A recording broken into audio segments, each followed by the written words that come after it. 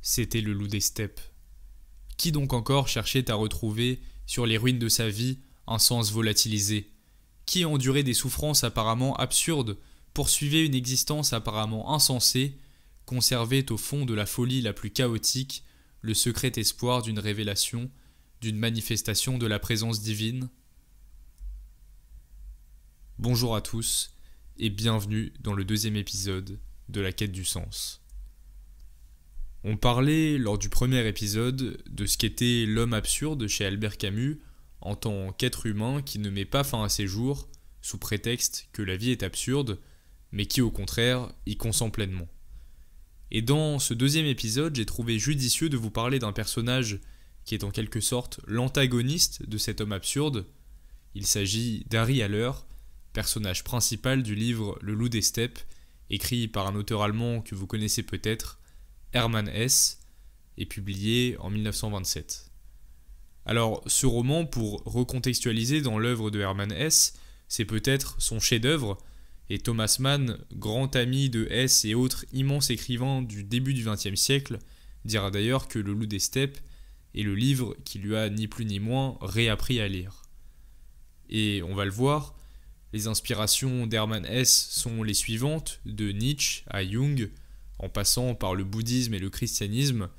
Voilà, en quelques mots, les pensées qu'on va bien ressentir tout au long du récit. Alors vous vous demandez sûrement ce que vous allez apprendre durant cet épisode, et je vous préviens, ça va être dense. Je vais commencer par vous raconter le roman, et au fur et à mesure, j'introduirai des notions philosophiques liées qui seront autant de clés de compréhension de ce livre. On va d'abord voir la continuité qu'il existe entre la sensibilité de l'absurde d'Albert Camus, dont j'ai parlé au premier épisode, et ce roman de Hermann Hesse. Ensuite, on verra que Le loup des steppes, c'est la transposition romanesque de plusieurs aspects de la philosophie de Nietzsche. D'une part, celle des métamorphoses de l'existence qu'il développe dans son Zarathustra, et d'autre part, celle du rire, du gai savoir qu'on oublie trop souvent, mais qui infuse toute son œuvre. Et enfin, j'aurai aussi l'occasion de vous parler plus brièvement de la phénoménologie de Husserl, à l'occasion d'un passage important du livre. Alors, Le loup des steppes commence par la lecture des carnets de Harry Haller, qui sont par leur auteur, je cite, réservés aux insensés. On ne sera pas ici insensible à la référence directe à Nietzsche que vous aurez peut-être reconnue et dont j'ai parlé dans le premier épisode, mais nous reviendrons plus tard sur la place que prend ce philosophe dans la construction de ce roman et dans la construction même du personnage. Avant tout, qui est Harry Haller, le personnage principal ? Eh bien, ces carnets nous l'apprennent, c'est un homme qui approche la cinquantaine, dont le corps est souffrant, mais surtout, c'est un homme qui, comme on l'a vu durant l'épisode consacré au mythe de Sisyphe, est confronté à l'absurdité de son existence. Les jours passent, se ressemblent, Harry est comme englué dans un quotidien jalonné de petits plaisirs et de petites peines, il est cloîtré dans sa chambre, dans une solitude qui confine à la pensée suicidaire, mais ce que cherche réellement Harry Haller, ce sont des grands sentiments. Ce qu'il cherche, c'est l'intensité. Car la médiocrité de son quotidien lui donne envie d'éprouver des sentiments violents, il a envie d'éprouver la vie dans ses plus grandes joies, mais aussi dans ses plus grandes souffrances. Il est tiraillé entre deux désirs, une inexorable pulsion de mort et un féroce élan vital.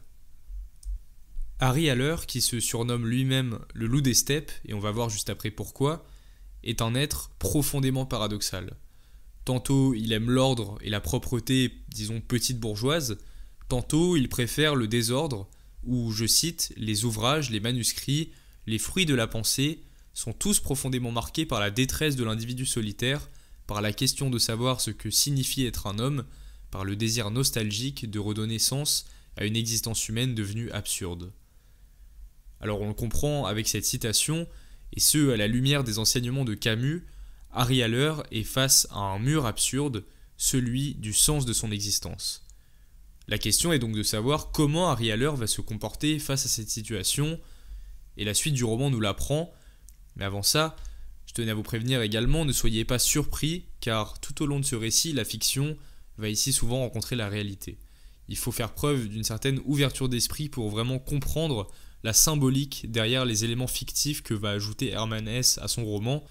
Alors commençons Qu'est-ce qui se passe au début de ce roman? Eh bien, on retrouve Harry Haller qui déambule dans les rues jusqu'à voir apparaître une sorte de théâtre magique, mais tout d'abord sans y pénétrer, en étant assez intrigué mais en ne franchissant pas le pas.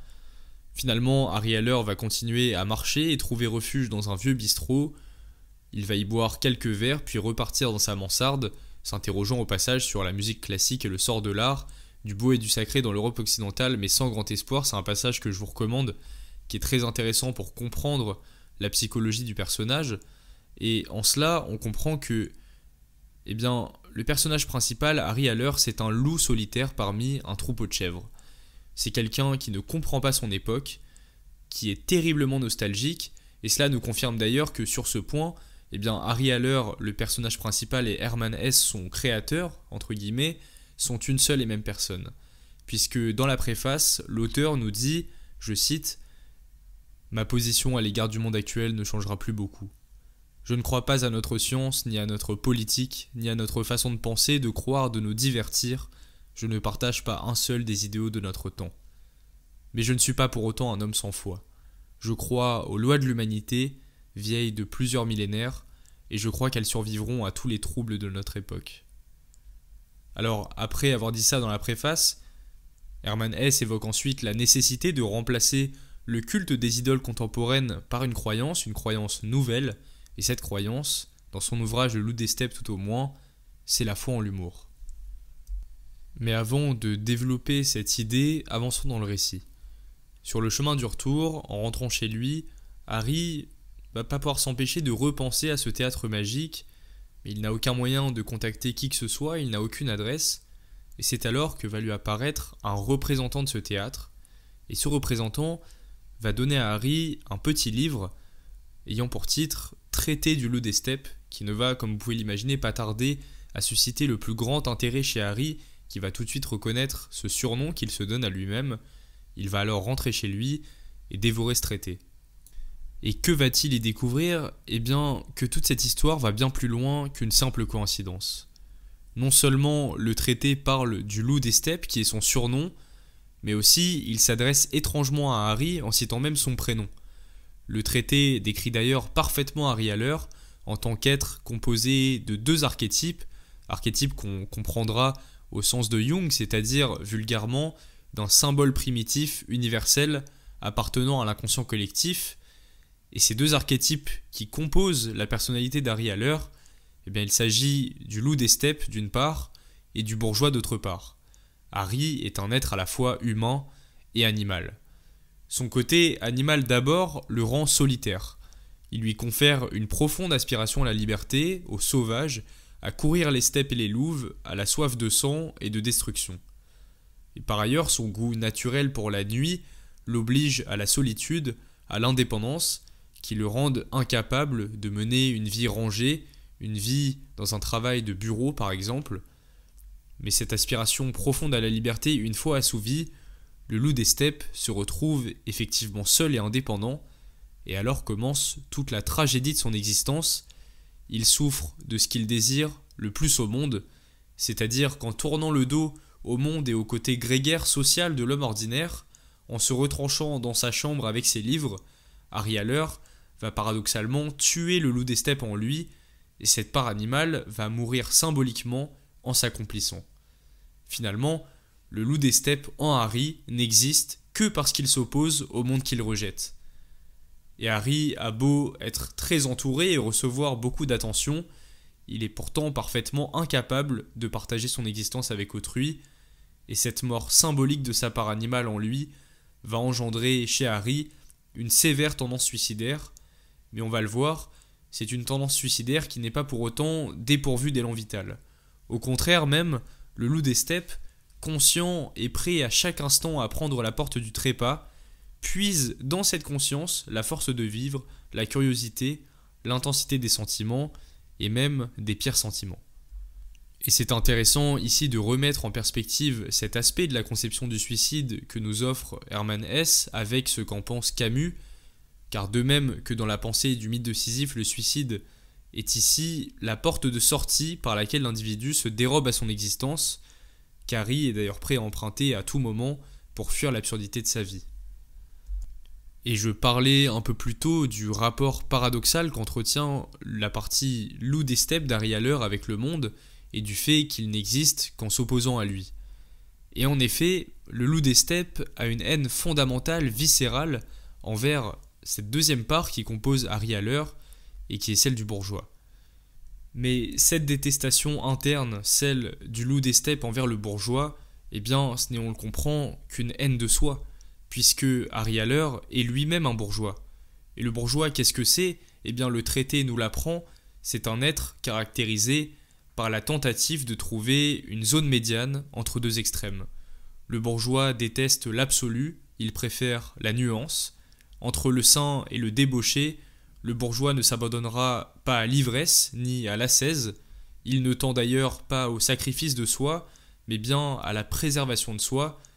Je cite, « Ainsi assure-t-il sa préservation et sa sécurité au détriment de la ferveur, il rejette la passion du divin au profit d'une parfaite tranquillité morale, il rejette le désir au profit d'un sentiment de bien-être, la liberté au profit du confort, une ardeur fatale au profit d'une température agréable. » En bref, le bourgeois manque de vitalité. Et le loup des steppes, quant à lui, eh bien, se sent voué à l'absolu, mais sans se montrer pour autant capable de vivre selon ses principes. Toutefois, Harry, qui est composé à la fois de l'archétype du loup des steppes, mais aussi de celui du bourgeois, est à la fois l'un et l'autre. Il est alors face à une impasse. Et en ce sens, le traité se termine sur un aveu. Cette dichotomie entre le bourgeois et le loup est en réalité artificielle. Elle a vocation à être dépassée. Car cette dichotomie est bien insuffisante à rendre compte de la complexité de Harry Haller. Ces schémas qui ont été établis n'ont qu'une vocation grossière de rendre cela clair, mais dans ces schémas n'entrent pas les multiples intersections entre le bourgeois et le loup des steppes qui sont la vérité de Harry Haller. Car en effet, chaque être humain est un monde en soi que des théories et schémas simplificateurs ne sauraient expliquer dans leur complexité. Mais ce besoin de créer l'unité parmi le chaos de l'environnement qui nous entoure semble être vital à l'être humain, tellement vital que, sans cela, il ne parvient pas à vivre. Et l'auteur, Hermann Hesse, d'effectuer ce constat. En effet, l'homme n'est pas une création stable et durable, comme l'affirmait l'idéal de l'Antiquité. Il représente plutôt une tentative et une transition. Il n'est rien d'autre qu'une passerelle étroite, périlleuse, entre la nature et l'esprit. Sa destinée la plus profonde le mène vers le monde spirituel, vers Dieu. Sa nostalgie la plus ardente l'incite à retourner vers la nature, vers notre mère commune. Tels sont les deux pouvoirs entre lesquels son existence angoissée et tremblante se trouve ballottée. Et c'est précisément là qu'intervient Nietzsche, qui nous dit dans le prologue de Zarathustra « L'homme est une corde tendue entre la bête et le surhumain, une corde au-dessus d'un abîme, danger de franchir l'abîme, danger de suivre cette route, danger de regarder en arrière, danger d'être saisi d'effroi et de s'arrêter court. La grandeur de l'homme, c'est qu'il est un pont et non un terme. Ce qu'on peut aimer chez l'homme, c'est qu'il est transition et perdition. » Et cette corde, cette route, cette flèche du désir lancée par-dessus l'humanité pour reprendre les mots de Nietzsche, quelles sont-elles ? Eh bien, dans le premier chant de son Zarathustra, Nietzsche fait passer son personnage par 3 métamorphoses successives, le chameau, le lion et l'enfant. Le chameau tout d'abord, c'est celui qui porte, qui subit. Il représente le moment de l'existence où l'esprit s'agenouille pour maltraiter son orgueil, où on amasse et absorbe des connaissances. Le chameau, rempli de tout cela, s'en va ensuite vers le désert qui symbolise la solitude, et devient alors un lion, employant sous le fardeau de ce qu'on lui a enseigné, car le lion, c'est celui qui veut créer, qui veut se créer liberté, se libérer du fardeau de la connaissance, dire « je veux » et arrêter d'obéir à cette injonction du « tu dois », tu dois faire ceci, penser cela, agir ainsi, etc. Enfin, il n'y a que l'enfant qui est capable de dire « je veux ». L'enfant vient avec le temps de l'amor fati dont on parlait à l'épisode précédent, du consentement à notre existence. Il nous fait accéder à l'innocence du devenir qui consent au fait que chaque chose est vouée à se répéter indéfiniment, et qu'il faut alors y consentir naturellement. Ça, c'est la notion de l'éternel retour. En bref, l'enfant, c'est le grand oui à la vie. Et d'ailleurs, si vous avez écouté le premier épisode, vous n'êtes peut-être pas sans remarquer les coïncidences qui existent entre ces 3 métamorphoses et les 3 cycles de l'œuvre d'Albert Camus, l'absurde, la révolte et l'amour, dont vous pourrez vous amuser à comparer les ressemblances. Mais revenons à Harry Haller. Vous allez voir que cette digression n'était pas du tout contingente puisqu'elle permet d'une part de comprendre où en est Harry Haller dans sa vie et d'autre part réciproquement, la vie d'Harry permet d'illustrer ces 3 métamorphoses que vous n'avez peut-être pas encore totalement comprises. Alors, où en est-il dans cette métamorphose ? Eh bien, Harry Haller se situe précisément au moment du lion. Il a déjà appris beaucoup de choses, s'est fait une culture, a porté comme un chameau pendant une 50aine d'années le fardeau de la connaissance, jusque dans le désert de la solitude qui est en réalité sa chambre, dans laquelle il est cloîtré et entouré de livres. Il ne supporte pas cette solitude, il veut créer sa liberté, mais sa liberté est difficile à conquérir. Le « je veux » ne supplante pas encore le « tu dois ». Toutefois, Harry étant fort comme un lion, assez fort pour s'affranchir du « tu dois », il méprise le monde dans lequel il vit, a les yeux bien ouverts, il s'en est d'ailleurs exclu lui-même philosophiquement et même concrètement, il est au bord du suicide, il est profondément nostalgique, mais c'est précisément ça qui fait qu'il n'est pas encore un enfant. Il ne parvient pas encore à créer des valeurs nouvelles, à consentir au monde dans lequel il est condamné à vivre, il n'arrive pas à lui dire oui, il regarde constamment dans le passé, il est même prêt à disparaître à chaque instant. Et même après la lecture de ce traité, rien n'y fait, Harry désire toujours mettre fin à sa vie, et plus vite que ce qui était même préconisé par le traité, du haut de ses 48 ans, il ne voulait pas attendre ses 50 ans pour en finir. Et dans la suite du roman, Harry va tout de même se rendre à un dîner chez un professeur qu'il appréciait comme un dernier barou d'honneur, mais va à cette occasion totalement sortir des rails à la vue d'un portrait de Goethe affiché sur la table, qui ne ressemblait pas selon lui réellement à l'auteur, ce qui va profondément l'agacer, et à la suite de cet événement, il va décider de s'en aller en étant à moitié chassé par ses hôtes à cause de son comportement, mais s'il rentre chez lui, Harry le sait, il va mettre fin à ses jours. Il va alors arpenter les rues jusqu'à se retrouver à un bal où il fera la rencontre clé du roman et peut-être même la rencontre clé de la vie d'Hermann Hesse, une belle et élégante femme du nom de Hermine. Hermine va alors le prendre en main, littéralement, lui apprendre à danser, lui faire boire de l'alcool, en bref, lui faire faire des choses simples qu'il n'a jamais apprises. Et qu'a-t-il fait durant toutes ces années ? Eh bien, lui-même ne sait pas, ne sait plus. Sans doute est-il resté enfermé dans sa chambre à lire, dans le ressentiment le plus pur qu'un homme très intelligent, qui déteste le monde dans lequel il vit, peut sécréter. Hermine, quant à elle, ne le méprise pas pour autant, mais le rappelle simplement à l'ordre. Il n'est qu'un être capricieux qui est prêt à se suicider parce qu'un artiste a représenté Goethe d'une façon qui lui déplaît. Il n'est ni intelligent ni fou, juste quelqu'un qui prend la vie beaucoup trop au sérieux, et c'est précisément pour ça qu'il n'est pas encore un enfant. Elle semble d'ailleurs l'avoir extrêmement bien cerné, si bien qu'on peut penser qu'elle est son alter ego dans le roman. Voilà d'ailleurs ce que nous dit Harry de cette Hermine après l'avoir rencontrée. Compte tenu des circonstances présentes, je lui étais particulièrement reconnaissant d'avoir formulé l'idée de l'éternité. J'en avais besoin. Sans elle, je ne pouvais ni vivre ni mourir. Mon ami et professeur de danse m'avait fait aujourd'hui un cadeau en me permettant de retrouver l'au-delà sacré, l'intemporel, le monde des valeurs éternelles, de l'essence divine. Je ne pus m'empêcher de songer à mon rêve sur Goethe, au visage du vieillard qui s'était mis à rire de façon si inhumaine et m'avait fait subir son immortelle raillerie. À présent seulement, je comprenais le rire de Goethe, le rire des immortels. Il était sans objet, il n'était que lumière, clarté. C'était la seule chose qui subsistait chez l'homme véritable, après qu'il eut enduré les souffrances, les vices, les égarements, les passions, les malentendus de l'humanité, puis atteint l'éternité, l'espace cosmique. Cette éternité ne représentait rien d'autre qu'un affranchissement du temps qui revenait en quelque sorte au stade de l'innocence, se transformait à nouveau en espace. Hermine lui donne alors l'ordre de faire une sieste, ce à quoi il s'exécute et s'endort au milieu de la musique. À son réveil, elle est encore là mais va bientôt partir. Il se donne alors rendez-vous quelques jours plus tard, jours pendant lesquels l'attente est interminable pour Harry qui n'arrête pas de songer à se suicider, mais finalement, elle honore sa parole et vient au rendez-vous. Leur relation continue alors, elle lui donne de nouveaux ordres qu'il doit exécuter sans broncher. Elle lui dit d'ailleurs qu'elle veut le rendre amoureux, car elle sait qu'il ne l'est pas encore, afin de lui ordonner une ultime chose, la tuer. Finalement, il avait besoin d'elle pour vivre, et elle avait besoin de lui pour mourir. Et je pense que cet épisode, qui est magnifiquement retranscrit dans le roman, est très symbolique.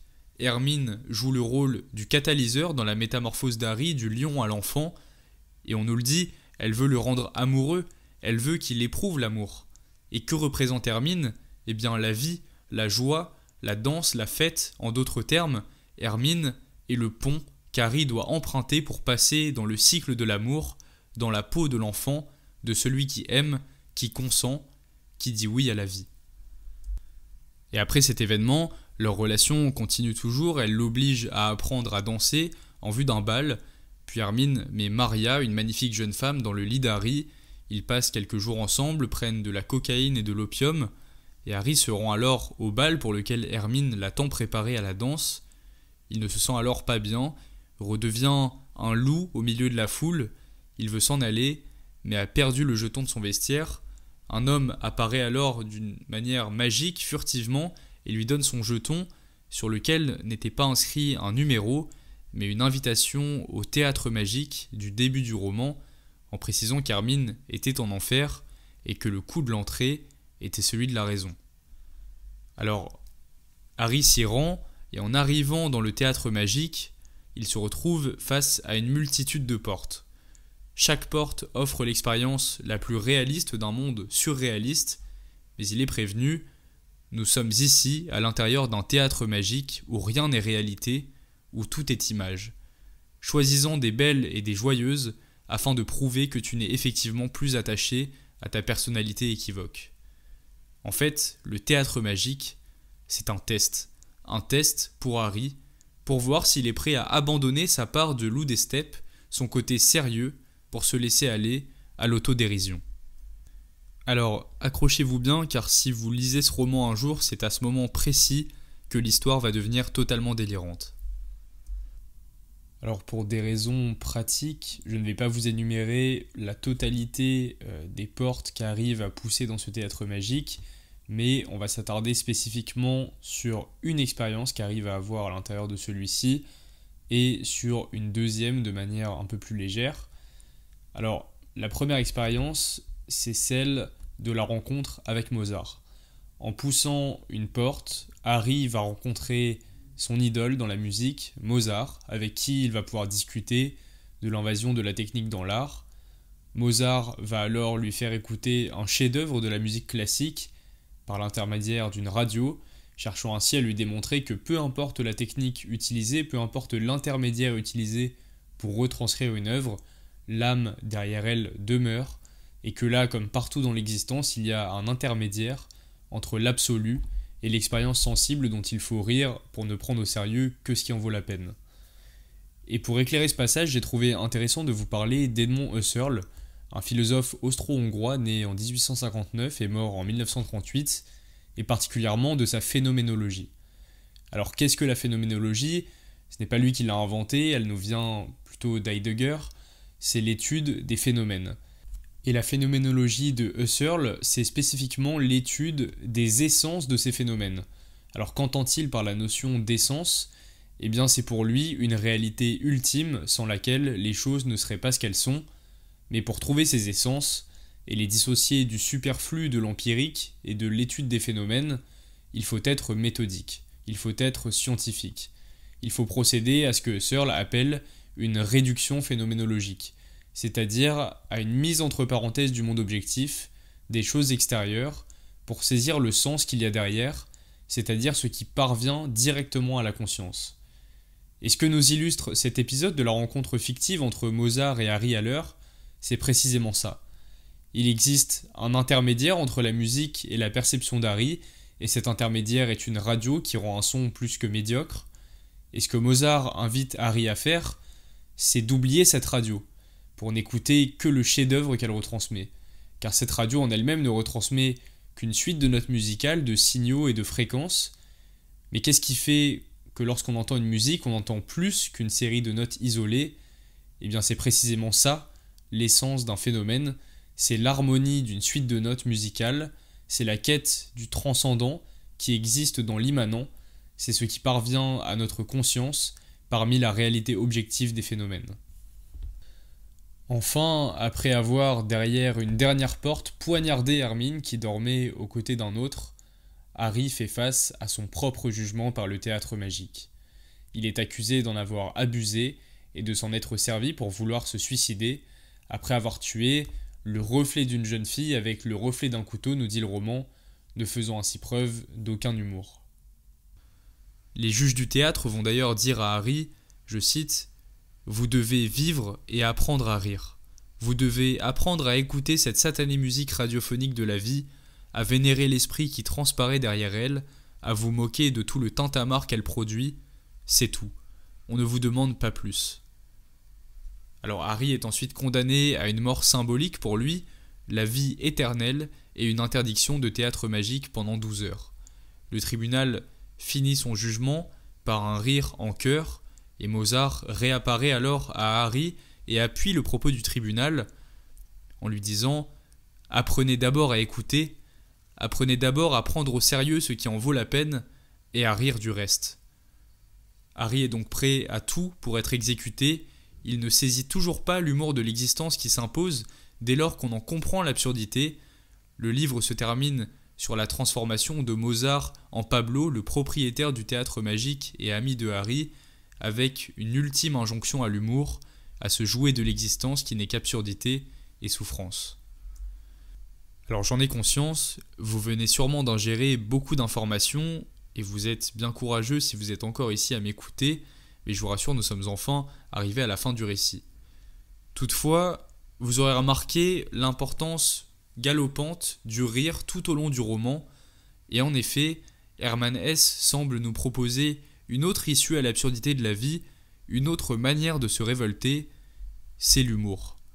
L'humour qui est, je le pense, une autre forme de l'amour de son destin, du plein consentement à son existence tel qu'ont pu nous le proposer Nietzsche et dans la même lignée Camus, car lorsqu'on est capable de faire preuve de dérision face au monde qui nous entoure, d'autodérision même face à notre propre personne, que cela nous fait rire, eh bien c'est d'une certaine manière qu'on fait preuve d'amour face à ce qui nous arrive, qu'on accepte, et plus qu'accepter qu'on y consent, et avec joie.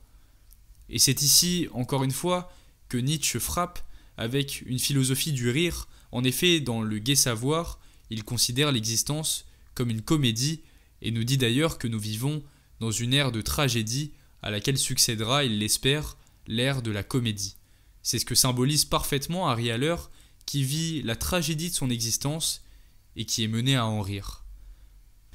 Dès les premières pages du Gai Savoir, dans un paragraphe nommé « La doctrine du but de la vie », on peut lire « Pour rire sur soi-même, comme il conviendrait de rire, comme si la vérité partait du cœur, les meilleurs n'ont pas encore eu jusqu'à présent assez de véracité, les plus doués assez de génie. Peut-être y a-t-il encore un avenir pour le rire, ce sera lorsque la maxime « l'espèce est tout, l'individu n'est rien » se sera incorporée à l'humanité et que chacun pourra, à chaque moment, pénétrer dans le domaine de cette délivrance dernière, de cette ultime irresponsabilité. Peut-être alors le rire se sera-t-il allié à la sagesse, peut-être ne restera-t-il plus que le gai savoir. En attendant, il en est tout autrement. En attendant, la comédie de l'existence n'est pas encore devenue consciente à elle-même. En attendant, c'est encore le temps de la tragédie, le temps des morales et des religions. Car en effet, pour Nietzsche, et les paragraphes 16, 18 et 20 de la partie nommée « De l'homme supérieur » de son Zarathustra nous éclairent là-dessus, le temps des religions, et spécifiquement de la religion chrétienne, c'est celui du « malheur à ceux qui rient » de l'Évangile selon saint Luc.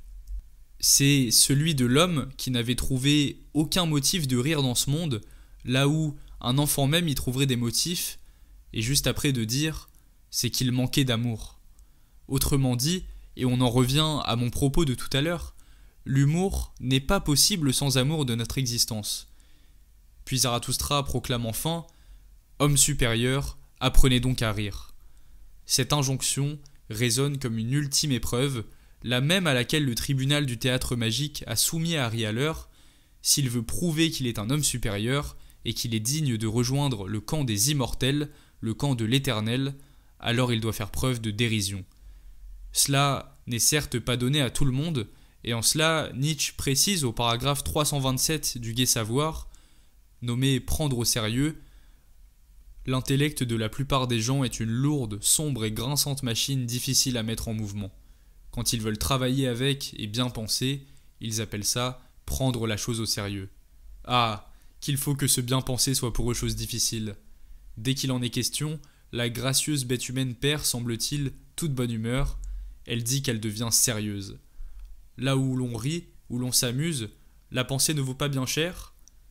Tel est le préjugé de ce grave animal à l'endroit de tout gai savoir. Soit, montrons-lui que c'est un préjugé.